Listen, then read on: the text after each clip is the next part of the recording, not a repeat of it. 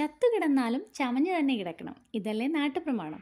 2 ദിവസത്തെ അവധി കഴിഞ്ഞ് പണിക്ക് പോകാനുള്ള തയ്യാറെടുപ്പിൻ്റെ വിശേഷങ്ങളാണ് ഈ കാണുന്നത്. പ്രസൻറ്റേഷനും അപ്പിയറൻസും ഒക്കെ ഭയങ്കര ഇമ്പോർട്ടൻ്റ് അല്ലേ ഇപ്പം. അപ്പം വെള്ള യൂണിഫോം എല്ലാം നന്നായി അലക്കി തേച്ചു. പേനയും ചെറിയ ബുക്കും ഡയറിയും ഒക്കെ ഉണ്ട്. ഷൂ ഒക്കെ കഴുകി വൃത്തിയാക്കി വീക്കെൻഡിൽ തന്നെ വെച്ചു. അങ്ങനെ വെള്ളയുടുപ്പണിഞ്ഞ് ഡ്യൂട്ടിക്ക് കയറി.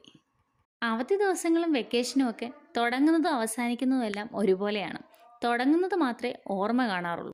അവധിയെടുത്ത് വെറുതെ വീട്ടിലിരിക്കാൻ ആർക്കാണ് ഇഷ്ടമല്ലാത്തത്? പക്ഷേ ആ അരി എപ്പോഴും ഇവിടെ വേവത്തിലാട്ടോ. ഒന്നുകിൽ നമ്മുടെ വീട്ടിൽ നല്ല കാശുണ്ടായിരിക്കണം, അല്ലെങ്കിൽ നമ്മൾ കെട്ടിച്ചെല്ലുന്ന വീട്ടിൽ നല്ല ഭൂസ്വത്തുണ്ടായിരിക്കണം. ഇത് രണ്ടും ഇല്ലെങ്കിൽ അങ്ങോട്ട് പണിയെടുക്കുക, അത്ര തന്നെ. എല്ലും മുറിയെ പണിയെടുത്താൽ പല്ലുമുറിയെ തിന്നാം എന്നല്ലേ പ്രമാണം.